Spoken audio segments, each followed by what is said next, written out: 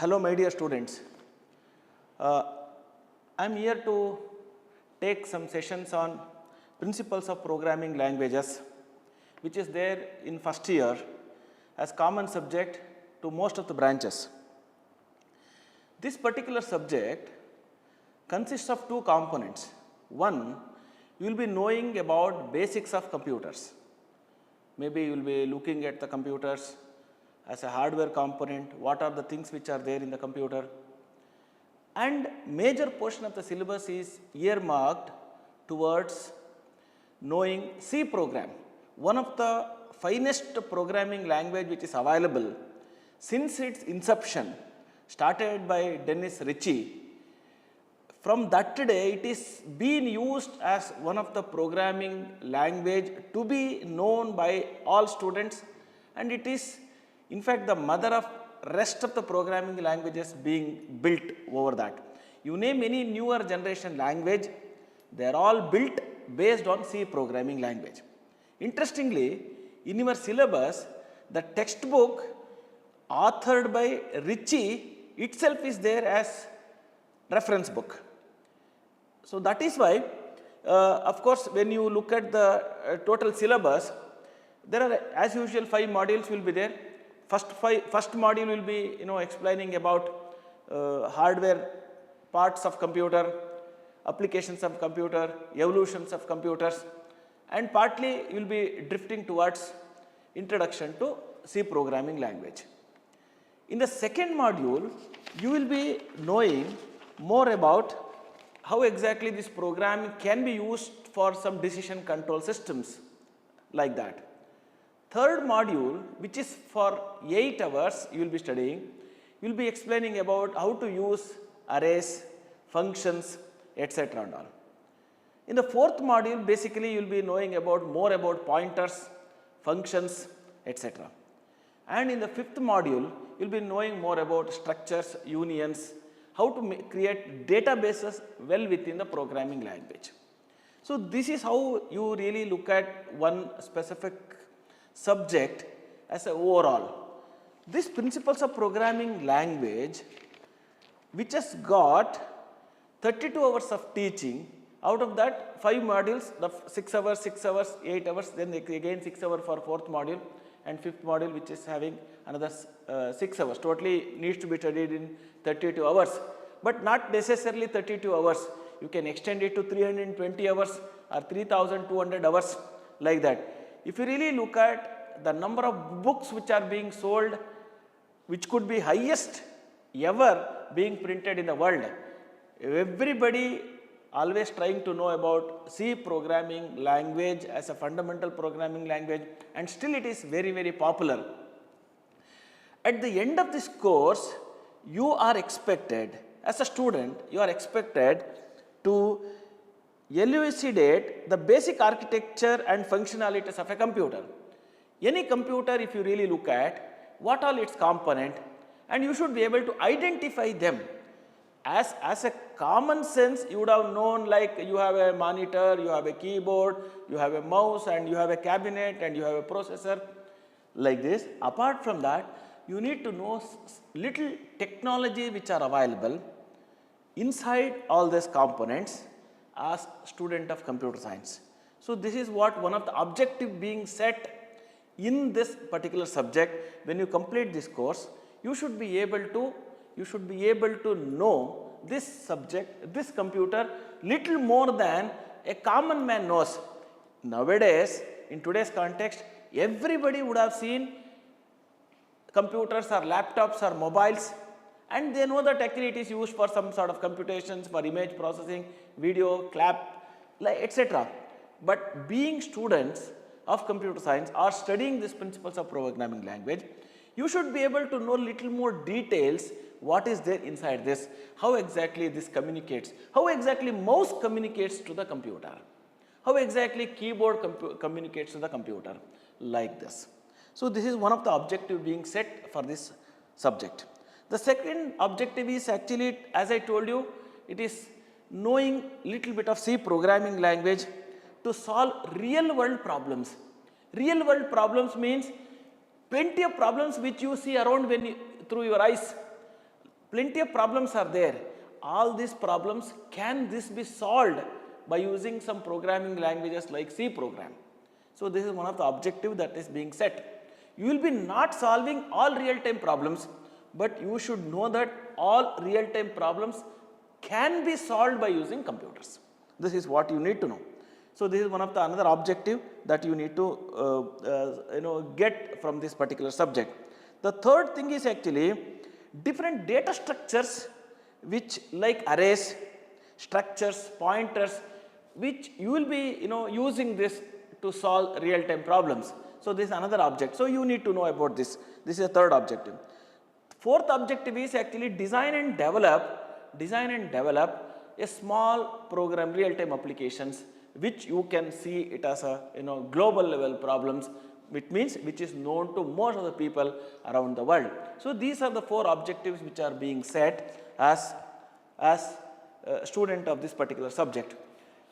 See, these are the three textbooks which are being prescribed for you. This is the book called Computer Fundamentals and Programming in C by Rima Thereja, second edition. So this is the prescribed textbook for you. Not necessarily you have to follow only this. Of course, you have to follow this.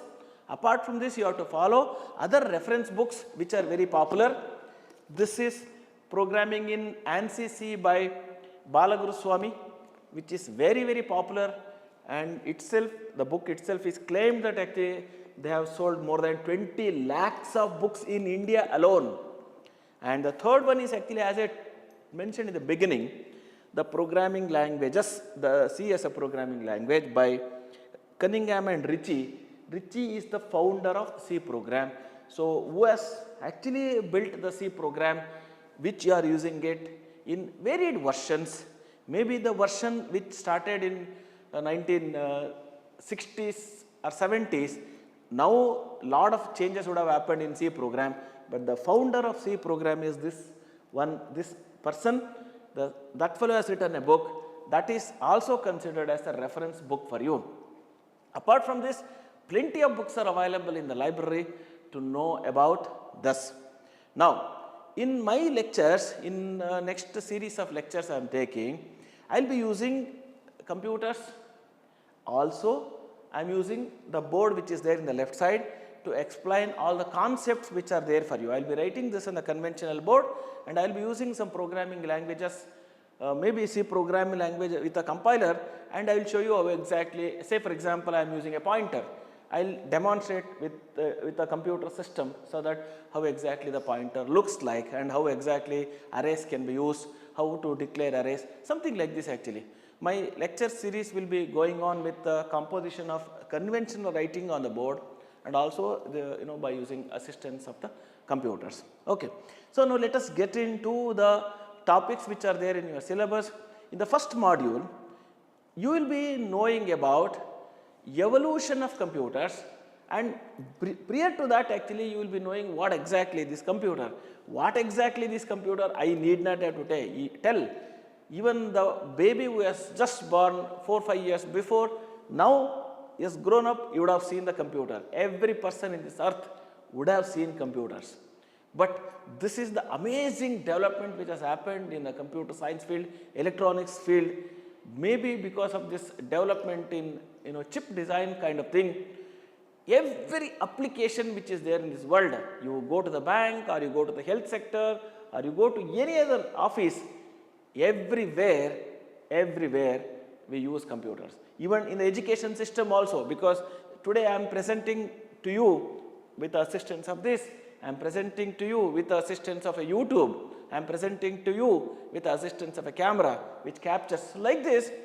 Everywhere, every corner you find applications of these computers, and it has not been stopped. People trying to go with the different kinds of technology, different kinds of thinking, different kind of programming languages, different kinds of operating system, different kind of hardware, different kind of environment, different applications, different intelligence, different algorithms. People come out with a new thinking so that they can adapt a new way of solving these problems. So this amazing computer is there with us as an evolution, started almost some 60-65 years before. It is not, when we were studying as a student, it used to be called as a latest technology. Now it is not so, because this itself has crossed around 70 years now. Almost in 1950 actually the thinking started, and now 2024, almost 70 years actually, there's 70 years of evolution you can see in the computers. Nevertheless, you look at the changes in the computer technology, the highest changes which are happened in this, only in this domain is in the computer technology, because it is solving the real-time problems. The problems which are there for the human being every day, what is there, like a database, you look at the mobile, or you look at the education system, banking, healthcare, field, in a sports field, whichever field it is there. Let us look at what exactly this computer is meant for and how exactly as a whole it works. It works in the concept of stored program concept. What is the stored program concept? This machine looks very similar to human system, very similar to human system. Now, as a teacher, I am standing here, I am using my hands, I am using my legs to explain all these things. But in all this setup, there is one thing which is working all the time, which is called a brain, which tells me what I need to speak next. I need to look at this camera, I need to look at this board, I need to look at that, I need to look at this book. It means it is started giving instructions. It started giving instructions to the devices which are there, like my hands, maybe through my legs, maybe through my eyes, maybe through to the ears, to the mouth, what I need to speak. So therefore it is giving instructions. Where these instructions are there? Who has stored these instructions? It has not come only today, which I learned from day one. Day one I have been learning. I am trying to change the program which is stored in my brain. The program to shake my hand like this, as and when I born actually it did not evolve like that actually. I learned it. I taught this hand to do that. It means some program, some instructions to lift this from here to this has been taken place in my early days. Now because of that, I am using that stored program. To lift my left hand, I have another program. To read something, I have another program. To understand this is a car, I have another program. To speak something, I have understood. You know that actually speak did not come on the day one actually. When I born, my voice was not there actually. I was not able to speak. I understood this speech, and later I converted my voice into speech. My earlier sound is not with a language. Now I converted my sound, what I used to make, into some speech, like maybe mother, amma, appa, tata. I started converting my sound into speech. It means some sort of instructions are stored inside the brain. Those things are converted. Say for example, I am reading here called versatile. There is something which is printed with a red box with a letter called versatile. How this has come to me? This has come to me because my earlier days, my teacher told that if something is there like this is called as a V, then this is called E, this is R, this is S, like this, all characters. When you assemble them, it is called as versatile. I learned this. This means the instructions are already stored in my brain. I am using these instructions to execute this. So the whole set of computer is also like a stored program concept. It is very similar to the human system where the programs are stored. Only difference between the computer and the machine is human system is that in human system where exactly this program is stored is not known, whereas in the computer it is known. Why it is known? Because it is developed by us. developed by people. So therefore, he knows where exactly he is keeping it. Whereas for this human system, where exactly these instructions are stored, do not know. However, instructions are there. Without my earlier English teacher, I would not have spoken this versatile. It means the instructions are stored somewhere, I am executing it. Set of instructions are so much included in the human system such a way that for any of the program, without any of the execution, without any sort of intervention, I start executing this. So this is the speciality of the human system. Coming to the computers, in the computers also I am trying to imitate the human system. Like I have here IO devices, there also I have IO devices. Here also I have memory, here in the computer also I have memory. In the human system you have a stored program concept. Here also we have a stored program concept. So there in the human system, who teaches? The environment teaches by itself. But it is a self-learning mechanism. Whereas in case of machine, as a programmer, as a computer engineer, you are supposed to make these instructions being fed to the machine. So this is the speciality of stored program concept, which is called as Van Neumann concept. Van Neumann concept is the concept which is there, imitation of a human system like stored program concept, and these stored program concepts are being implemented on the machine just to ensure that actually the program is residing all the time. And whenever I want, say for example, instead of one instruction, I am trying to make this some 50 programs instructions being 50 programs have been kept. Whenever I want that, I will execute the specific program such a way that that particular program will come and being executed. So this is what actually the stored program concept. All right. Okay. We'll see with some examples.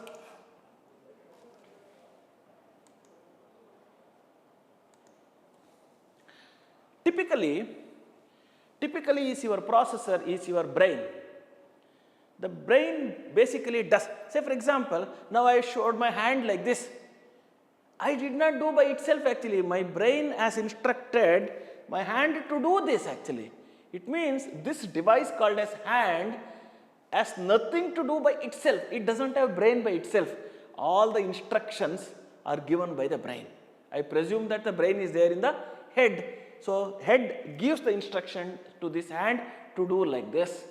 Similarly, for whichever the organs which are there, the brain gives the instructions. So here the brain of the entire computer system is the processor, and you have here a main memory. So there are two types of memory that we usually call it as the memory which is there for a short period of time. For example, today I remember what breakfast I have taken. Yesterday what breakfast I have taken. But I cannot really list out the breakfast I have taken in the entire career. Only I can remember for past 5-6 days, not beyond that. Whereas some memory, for example, your father photo, in his absence you can remember. Your old house, you were there in first standard, still you remember. Your teacher face, still you remember. Your teacher voice, still you remember. Amitabh Bachchan voice, Rajkumar voice, Puneet Rajkumar voice, you remember most of the time. Whereas what breakfast you have taken 4 days before, maybe you remember. What breakfast you have taken 100 days before, you will not remember.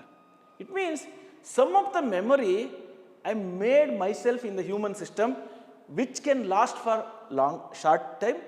Some of the things which are there permanent, they are all the time. I don't forget how to lift my hand, right hand like this. The program which is there in my brain is never forgotten. Whenever I want, I can move my hand like this. It is this kind of instructions which are stored in my brain in a memory which never lasts. Some of the instructions which are lost because they become handicapped. Because of the handicap, they are not able to control it. Otherwise, you will never forget these kind of memories which are there in the brain. So therefore, memory, there are two kinds of memory which are there. One, you remember for a short period of time. Say for example, you calculate 35 into 46 by using a pen and paper. You remember 35 into 46, so much it comes. You remember only for some 10-15 seconds. Somebody tells, you remember my phone number, you will tell through the voice, you remember only for 10-15 seconds. Tomorrow, if you try to recall that number, you have forgotten. It means some of the memory in the human system is there as a volatile memory and permanent memory. Volatile memory is used only temporary purposes and permanent memories which are there all the time. So here also you have your main memory through which actually the processor works, and between processor and main memory you have some communication devices. You have a bus carrier, wires, etc. and all. For example, from my brain I have something called nerves. Through these nerves only this action is being done. Otherwise I cannot do. Without the nerves, brain is also there, this device is also there. Without the nerves, it cannot happen. So therefore, some communication is required to do this. So this is what called as a bus carriers, etc. and all. In a stored program concept, how this totally happens? Say you have a processor. Imagine your brain. You have an instruction memory. Instruction memory is there a permanent memory. Instructions are always stored. How to walk is already stored in my brain. How to go back, it's already stored in my brain. These instructions to make these movements already stored in my brain, so therefore it doesn't last, it doesn't go anywhere. So I am calling this as an instruction memory. It is a very similar kind being followed in the computers also, so therefore you can compare. You have your instructions are coming and instruction addresses are being given actually from processor to instruction memory. So therefore these instructions will come here. These instructions are executed in this processor. To execute this, you require some data memory. So maybe you are bringing it from some other memory kind of thing actually, either from this way also it goes, and also it goes something like this actually. Now today when I am taking class for all of you in front of this camera, I may learn certain things. Say for example, there is a bright light that is coming, so bright light to be closed. So therefore now I have learned new thing, new instruction has been got. I am trying to close that brightness because I have learned today. It means in the system also, in the processor also, you will be having instruction memory, and also you have a data memory. This data will be stored inside this from the processor, and sometimes the data will also be given to this as a supportive kind of thing actually. So this data memory is a bidirectional, data will be flowing. What exactly the stored program concept means? Programs are stored inside the computer in the form of instruction memory. You call it instruction memory. I am dividing my memory into two parts. One, instruction memory, wherein which it is permanent. It is permanent. That gives the instruction. Routine operations, I am doing it. For example, if some plate is given, gobi manchuri is given to you in front. I need to pick this up, instruction given by my hand to pick this gobi manchuri and eat. These instructions are permanent. They are already available. No need of adding up anything there actually. Nothing new to be added. These are all routine instructions which are there in the brain, which will never last. I am learning certain new things today. By looking at this camera, I am learning certain things. So I am making with a new temporary memory, and if it is a permanent, I am trying to store this as into the permanent memory later, depending on that. So therefore, stored program concept, the instructions are stored inside the computer permanently, and from there you will be bringing it to the main memory and you will be executing it. So this is what actually called as a stored program concept, which is also known as a Van Neumann concept. Okay. See here in the stored program, before any data is processed, the instructions are read from the memory, instructions are stored inside the computer, instructions are stored in the binary form. Okay. So what is this binary form?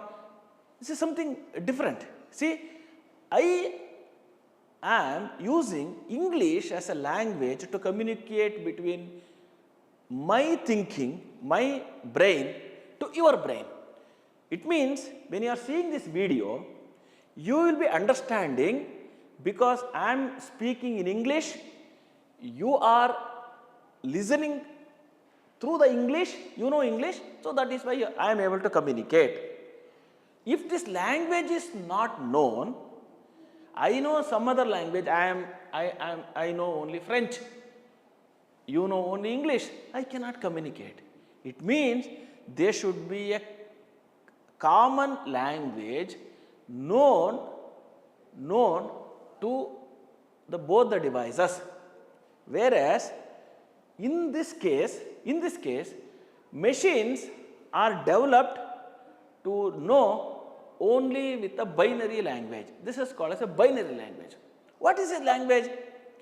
Say for example, any word which is there in English is composition of 26 alphabets. It is only composition of any one of these, by using these 26 alphabets only I'll be speaking. So far I have spoken for 10-15 minutes. It is all the composition of A to Z only, not beyond that. I am making sound and I am typing here, some texts are being printed here. They are all one out of these 26 alphabets only. You will be knowing, I also know, I am able to communicate.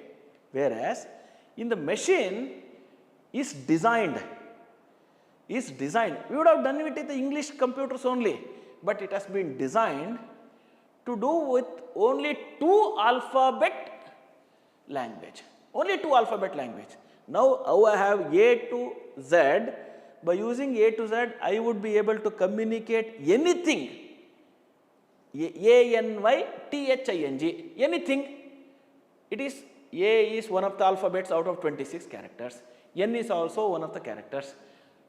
Y is also another character. So therefore, what all I am speaking, what all I am writing is composition of characters taken out of these 26 alphabets. Similarly, the language which is there for the computers are picked up only using 2 alphabets. Why it is made?